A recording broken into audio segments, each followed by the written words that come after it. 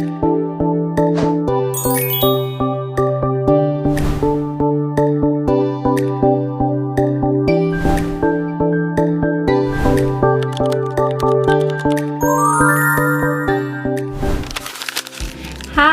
kembali lagi di channel Rumah Belajar Lestari. Oke, di video kali ini kakak mau bahas yang spesial-spesial aja buat kalian yang spesial. Oke, langsung aja kita ke pembahasannya yuk. Kalian pernah nggak sih ngisi sebuah survei di mana dimintai data tentang nama, tinggi badan, hobi, dan lain sebagainya. Lalu muncul dalam benak kalian, nanti data-data ini buat apa ya? Pastinya bukan hanya 1-2 orang yang ngisi, banyak. Lalu orang tersebut menyederhanakan informasi itu dari sekian banyaknya informasi itu gimana ya gitu. Contohnya seperti kasus ini. Ternyata ada loh cara untuk sederhana sehingga kita nggak perlu baca narasi panjang seperti ini. Ini disebut sebagai penyajian data materi statistika. Kalian bisa ketemu di SMP, materi SMP ya, matematika. Nah, langsung aja yuk kita bahas gimana sih cara menyederhanakan kalimat yang panjang ini. Ada yang bisa menebak ada berapa jenis sih penyajian data? Yap, benar sekali. Di antaranya ada bentuk tabel, diagram panah, diagram garis, dan diagram lingkaran. Jadi ada 4 ya. Yuk kita bahas satu-satu. Oke, kita ke yang cara pertama, yaitu dalam bentuk tabel. Kita baca dulu narasinya. Pada awal semester, Bu Rina, guru matematika kelas 9, ingin mengetahui hobi siswa untuk membuat kegiatan belajar lebih menarik. Ia membagikan kuesioner kepada 36 siswa. Oke. Hasilnya menunjukkan bahwa 14 siswa suka olahraga. Kemudian ada 10 siswa nih suka menggambar. 7 siswa menonton film. 5 siswa itu ternyata berkebun. Nah, di sini berarti ada informasi apa sih? Hobi dan jumlah siswa. Oke. Berarti ini ada hobi dan jumlah siswa. Karena kan di sini menyatakan banyaknya siswa yang suka per hobinya kan. Oke, sini kakak bikin dulu garisnya. Oh, maaf ya kalau misalkan nggak lurus. Oke, ada apa aja tadi hobinya? Olahraga. Olahraga berapa orang ya gitu? 14 orang. Terus kalau menggambar berapa tadi? 10 ya? Menggambar ya 10. Lalu untuk nonton itu 7 orang kan, 7 siswa. Berkebun itu 5. Berkebun 5. Nah, udah deh kayak gini. Selesai kalau kita nyatakan dalam bentuk tabel. Yang kedua, kita nyatakan dalam bentuk diagram garis dulu ya. Ya. Jadi kita ada sumbu X dan Y-nya nih, teman-teman. Oke, kakak gambar dulu sumbu Y-nya. Lalu ini sumbu X-nya. Kakak gambar ulang. Iya. Ini untuk hobi. Di sini jumlah siswa. Jumlah siswa. Oke, tadi hobinya ada apa aja ya? Olahraga. Olahraga. Kemudian gambar. Kemudian nonton. Dan ada berkebun, gitu kan tadi. Berkebun. Oke, tadi untuk totalnya itu kan paling kecil 5 tuh, terus ada 7, terus ada 10, terus ada 14. Ya udah tinggal kita cocokkan aja. Olahraga tadi berapa orang ya gitu yang suka 14 kan. Kita menuju angka 14. Oke, ini kita satuin nih. Oke, di sini berarti.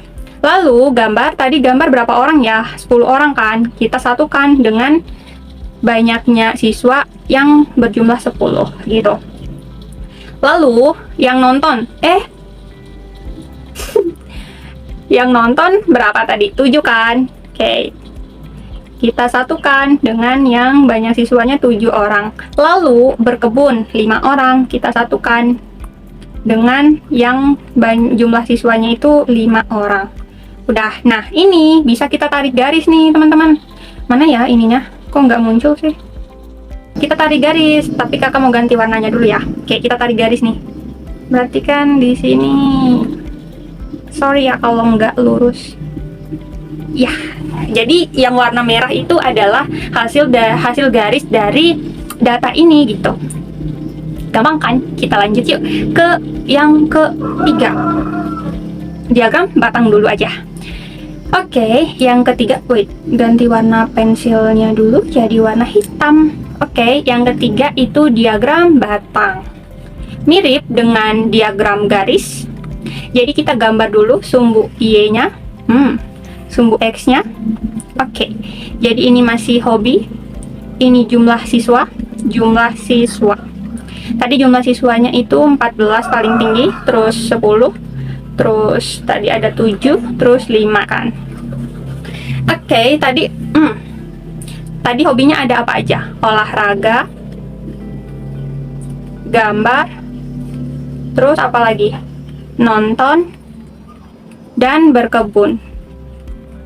Ya kan? Nah, kita bikin batang nih, kita bikin batang. Namanya juga diagram batang kan, gitu. Olahraga tadi banyaknya jumlah siswanya berapa? 14 kan? Oke, berarti kita bikinnya dari sini. Kita tarik batang di sini. Nah, kayak gini. Udah mirip batang kan? Sesuaikan sama jumlah siswanya. Yang gambar tadi berapa ya?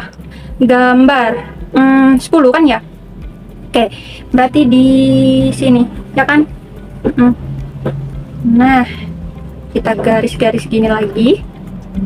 Oke, kemudian nonton tadi ada berapa orang? 7 kan? 7 sekitar di sini ya. Oke. Lalu berkebun tadi kan 5 orang tuh.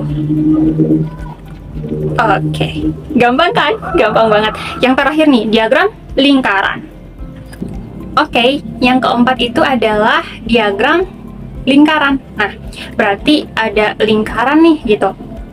Oke, kakak mau gambar dulu lingkarannya. Bentar. Oke, udah bagus kan? Lanjut. Nah, umumnya teman-teman akan dinyatakan dalam bentuk persen atau derajat, 360 derajat gitu. Karena kan satu lingkaran penuh ini, loh kok ini persen lagi? Nah, karena kan satu lingkaran penuh itu 360 derajat gitu. Nah, kakak mau jelasin yang dalam bentuk persen aja, tapi cara ngubahnya itu sama kok. 100% ini apa? 100% ini ya untuk 36 siswa. Dalam kasus narasi ini ya, kan jumlahnya 36 siswa. Oke, berarti kalau yang si olahraga itu kan tadi 14 orang ya, berarti 14 per 36 kita kalikan 100% gitu. Berarti berapa? 38 ya, 38,88 dan seterusnya dalam bentuk persen gitu kan. Kemudian gambar tadi berapa orang? 10 orang kan. Oke, berarti 10 per 36 dikali 100%. Berarti 36, sekian persen kan. Oke, lalu yang nonton tadi berapa ya? 7 orang, berarti 7 per 36 kali 100%. 19 ya, 19,4444%. Lalu yang terakhir nih, berkebun kan? Berkebun tadi ada 5 orang, berarti 5 per 36 kali 100%. Berapa berarti? 13 ya, 13,8 kayaknya, 8888 dan seterusnya persen gitu ya. Sama caranya kalau misalkan teman-teman mau pakai yang 360 derajat, berarti 14 per 36 kali 360 derajat gitu ya. Oh, harusnya pakai derajat aja ya, karena lebih gampang nih baginya. Oke, nggak apa-apa. Nah, tinggal kita masukkan ke sini nih. Nah, ini kan satu lingkaran penuh nih, kita anggap 100%. Kalau 3, ini titik tengahnya dulu. Kalau segini kan berarti 50. Kalau segini kan berarti 25. Berarti ini 25, 38 segini ya. 38. Ini yang 38%, koma sekian olahraga berarti. Olahraga. Lalu sekarang yang si gambar dulu nih 36. 36 berarti lebih kecil dari 38 ya. Ya, berapa ya? Seginilah ya. 36. Nanti teman-teman bisa gunakan penggaris ya. 36% yang gambar. Yang gambar. Oke, lalu kita bagi dua nih. 13. Oh, terlalu kecil kayaknya ya kalau 13 itu. Bentar, kakak mau hapus dulu garis ini. Kemudian kita atur pensil lagi. 13 berarti ini kan Kalau ini bagi 2, ini aja. Berarti di sinilah ya. Segini.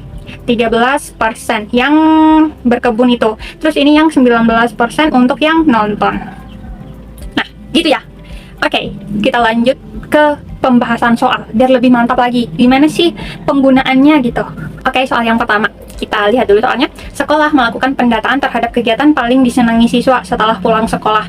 Nah, hasilnya ditampilkan diagram ini. Diagram apa? Diagram lingkaran. Oke, jika banyak siswa yang didata itu 1.800 anak. Banyak siswa yang senang bermain bersama teman adalah berarti yang ini nih yang ditanyakan gitu kan.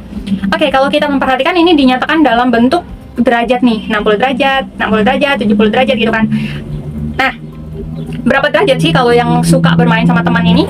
Artinya apa? Satu lingkaran penuh itu kan 360 derajat. Ya, kita kurangkan dengan yang udah diketahui ini. Berarti ini 60 derajat ditambah 60 derajat ditambah 70 derajat ditambah 50 derajat ditambah 40 derajat. Oke.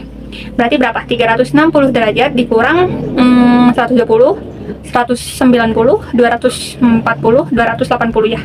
280 derajat. Berarti kalau ini kurang ini berapa? 80 derajat. Oke. 80 derajat ini adalah yang suka main bersama teman gitu kan. Nah, 80 derajat ini berapa anak sih gitu. Nah, caranya seperti tadi ya. Berarti 80 derajat dibagi 360 derajat dikali ya jumlah seluruh siswanya yaitu 1.800. Oke, berarti ini berapa? Kalau ini bisa nih. Kalau 36 hasilkan 180 ada nggak? 36. Kalau 5 ya. 65 kan 30 tuh. 35 15 berarti ini. Berarti 5 kan? 5 ya udah 80 kali 50 ya. Nah, ini kan 360 ya, berarti ini coret udah. Sorry teman-teman. Ini coret.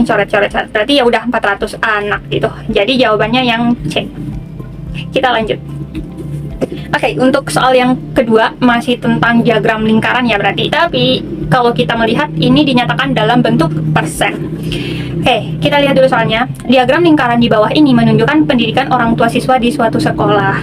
Jika jumlah orang tua siswa di sekolah tersebut adalah 900 orang, banyak orang tua siswa yang berpendidikan di jenjang SMP adalah ini berarti apa ya, pendidikan akhirnya ya teman-teman. Nah, ini kan dalam bentuk persen nih, berarti 100%, sama kayak tadi, berarti 45% ditambah 12% ditambah 8%, gitu kan? Berarti 100% dikurang berapa ini teman-teman? Ini kan berarti 20 ya, berarti 65%. Jadi berapa? 35%. Ya kan? Ya nggak sih? Tapi kok kenapa ini bentuknya lebih besar ini daripada ini ya? Tapi ya nggak apa-apa sih. Nggak ada yang aneh-aneh juga gitu. Benar kan ini? 35%. Ini 45, ini 12, ini 8. Hasilnya adalah ini kan 20 tambah 45 ya 65 gitu. Iya benar, berarti di sini 35% gitu ya. Nah, cara untuk mencari 35% ini berapa orang sih gitu? Ya udah, berarti 35% per 100% dikali 900 ya kan. Nih kita coret dulu, ini berarti 9 ya, 9 ya udah 35 kali 9 berarti berapa? 9 kali 5 45, 3 kali 9 27, tambah ini 315 berarti yang ini. Gampang kan? Kita lanjut. Oke, soal yang ketiga nih, diagram batang. Akhirnya berbeda sama soal yang sebelumnya. Nah, kita coba ya perhatikan dulu. Berikut adalah data nilai matematika 150 siswa. Banyak siswa yang memperoleh nilai 8 adalah berapa orang ya gitu. Oke, sangat gampang teman-teman. Ini kan total semuanya 150 orang. Yang dapat nilai 6 berapa orang? 35 ditambah yang dapat nilai 7 berapa? 27 orang ditambah yang dapat nilai 9 berapa? 44 orang. Gitu kan? Berarti 150 dikurang, ini kita jumlahkan dulu nih, berarti ini 9 tambah 7 6 16 ya. Kita sini 5 berarti ini 10 ya. 5 tambah ini kan 7 tambah ini kan 10, 106. Ya tinggal kita kurangkan, berarti ini 4, ini di sini sisa 4 ya 4 kurang 0, 4. Ya udah 44 orang gitu. Jawabannya yang C. So easy. Kita lanjut. Oke, soal yang berikutnya. Diagram garis. Grafik di bawah ini menunjukkan jumlah home run yang dilakukan oleh Barry Bonds pada tahun ini 1993 sampai 2003. Oke. Jadi di sini keterangan tahunnya dan di sini itu adalah jumlah home run. Pertanyaannya, selisih home run Barry Bonds antara tahun 1998 sampai 1999. Oke, 1998 ini kan. 1999 berarti di sini toh. Nah, 1998 dia jumlah home run-nya berapa ya? 37. Oke, 37. Kalau 1999 berapa? 31 kan? Ya udah, tinggal kita selisihkan aja. 37 kurang 31 ya 6. Berarti jawabannya yang D. D ya, D. Kita lanjut. Oke, soal berikutnya nih. Diagram batang. Data pengunjung perpustakaan dalam 1 minggu. Nah, yang ditanyakan adalah selisih pengunjung perpustakaan pada hari Rabu dan Sabtu. Oke, kita lihat dulu hari Rabu dan Sabtu. Kalau Rabu itu banyak pengunjungnya berapa ya? Nih, 30 berarti kan? Kan di antara 20 sama 40 berarti 30. Kalau Sabtu di situ berapa, teman-teman? 90, ya kan? Ya udah, kita tinggal cari aja selisihnya. 60 berarti ya 60 orang. So easy.